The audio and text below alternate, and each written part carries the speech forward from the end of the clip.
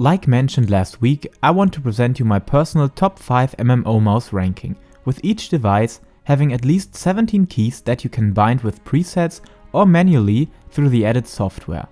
The price range of these handy little helpers goes from 30 to 80 bucks, and I personally tested all of them over a while to give you a good impression on their handling, durability and usefulness inside of any MMO game that requires a vast button mapping.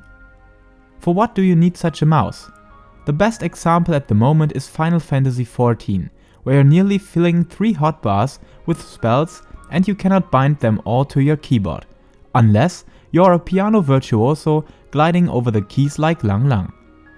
Of course, our dear World of Warcraft players will call upon Storm, Earth and Fire to bless them with an MMO mouse as well, because at least in retail WoW, you certainly have quite a vast amount of hotkeys to bind, and most of them, especially for PvP players, also need a second apparition for their focus version or hostile targets allies version. So let us begin with my recommendations for mouses that relieve you from the stressy clicking, turning your session into true gaming. Starting with the mouse, I have read many good reviews for, which then brought me to give it as a birthday present to my brother, who has tested her over quite a period, and I personally had tested it quite oftenly. The Lioncast LM30 really delivers quite a solid material and build, with the same software solution like all the other devices bring with them, as well as 18 buttons and a solid build for the thumb pad, which mainly stands in focus here, and that for a price of round about 40 bucks. The only reason to place this mouse lower than the other devices is that they are simply cheaper and deliver the same quality as the Lioncast does. Although the LM30 is quite a bargain, and if you like the design of it more than the ones of the others, you can easily choose this mouse as well. Each mouse of this ranking is top notch and can definitely be used for MMO gaming. On the 4th place, we have the mouse I'm recently using quite a time from a well-known gaming peripheral company, Razer. The Razer Naga Epic Chroma. Yes, quite a title to bring with. It's the only wireless 19-button mouse I know so far, apart from maybe some unknown China copies that I sadly didn't find yet. The feature of wireless gaming really is attractive for all those couch potatoes like I am myself that don't want to miss out the full spectrum of gaming quality, even with quite some distance to their mothership. I personally have increased the comfort and quality level by cutting straight an old Razer mousepad and adjusted it to the form of an old USB hub-like mousepad with a solid plastic ground, to grant me a mobile mousepad that is independent to its soil. I really can emphasize on doing this for each couch performer among you, but let us come back to the Razer Naga Epic Chroma. Though expecting some generic wireless issues, this mouse feels and plays identically to its wired sister, the Razer Naga Chroma. And if there's a thing like an input lag, I could not figure it out or notified it yet. Above that, the switching of the cable from the docking station to the mouse and vice versa never inflicted any serious damage or optical flaws to the mouse, just the one broken button on top of it.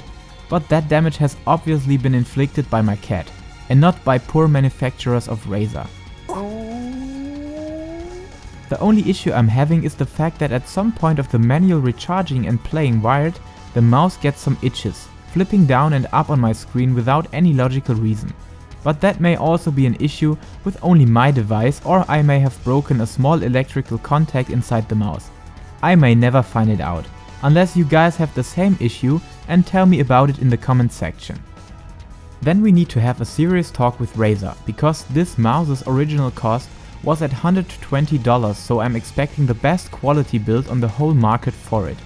But on that department, Razer doesn't fail these expectations and delivers a high quality plastic build with all the features we need, and above that 2 more buttons than usual, namely the mouse wheel having a side click to the left and right side, as well as the standard mid click granting us 2 additional buttons to make use of.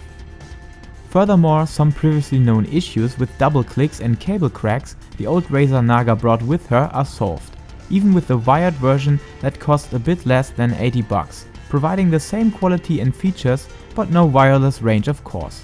The only downside of these models are their high price, and that the mouse wheel, in my case of consistent hardcore gaming, has become quite a bit wobbly, also turning my camera distance when I'm clicking those side clicks of the wheel, which places it on the 4th place of my personal ranking.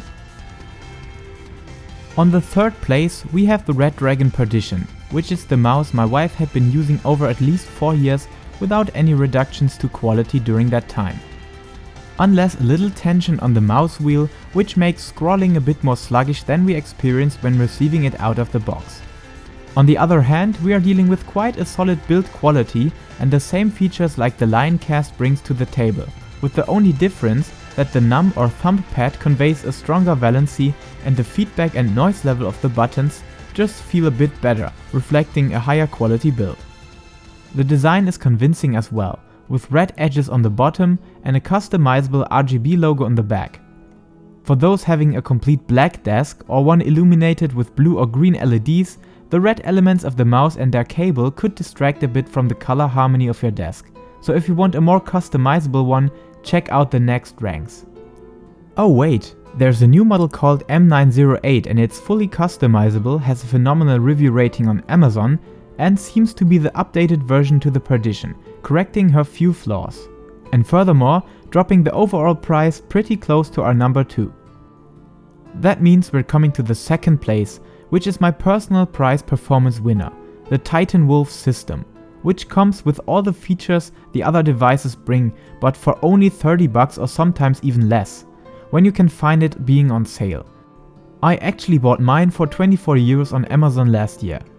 The testing period I could deliver onto that mouse is mainly from me being on the run, farming XP for alts or doing crafters or anything that does not require the full performance of my gaming rig. Nonetheless, having a MMO-Mouse with you out in the field can turn random encounters into a much more enjoyable event.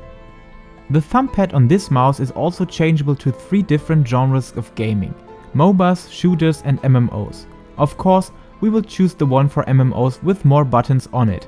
More buttons mean more DPS of course. But all the other sections, like build quality, haptics and the durability, really feel quite solid, and I personally couldn't tell that this is the 17 button mouse with the lowest price if I didn't know it. Especially the box in which you will receive this mouse just conveys the impression of quality and a company being proud of their product. The only downside could be that some reviewers on Amazon have experienced the mouse wheel being functionless after some time of using the mouse. But I personally could not experience such an issue, which of course may be due to the erratic use of it or my gentle handling with gaming gear. Ah, come on! Get it! Get it! Oh man! Damn it! Anyway, for the low price of $30 or less, you can easily get your hands on an MMO mouse with 17 keys, a customizable logo and bottom line on the back, and a software to fully customize the thumb pad or the buttons on the back of the mouse.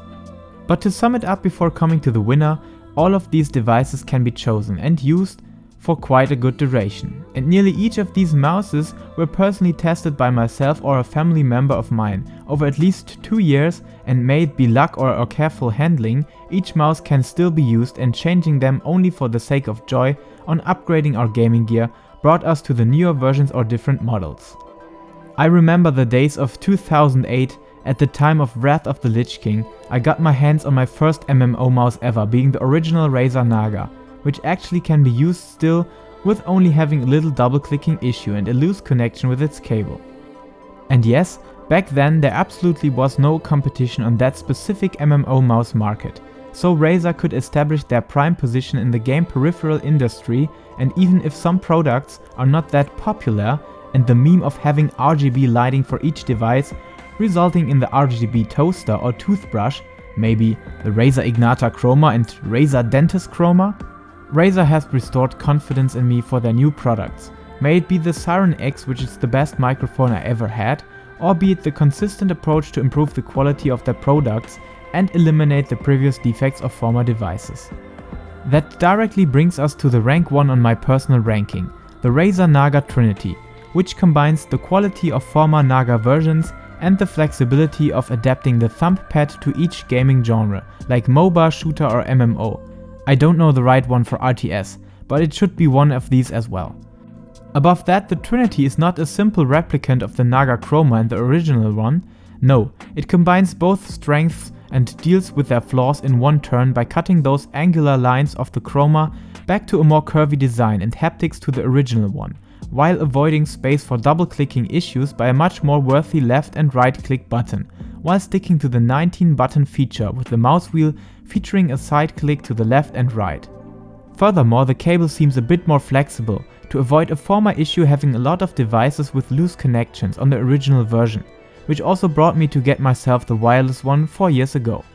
Lastly, the overall impression of quality really brings back confidence that Razer is still a brand delivering AAA products that we pay more bucks for willingly and earn the appropriate reward for that.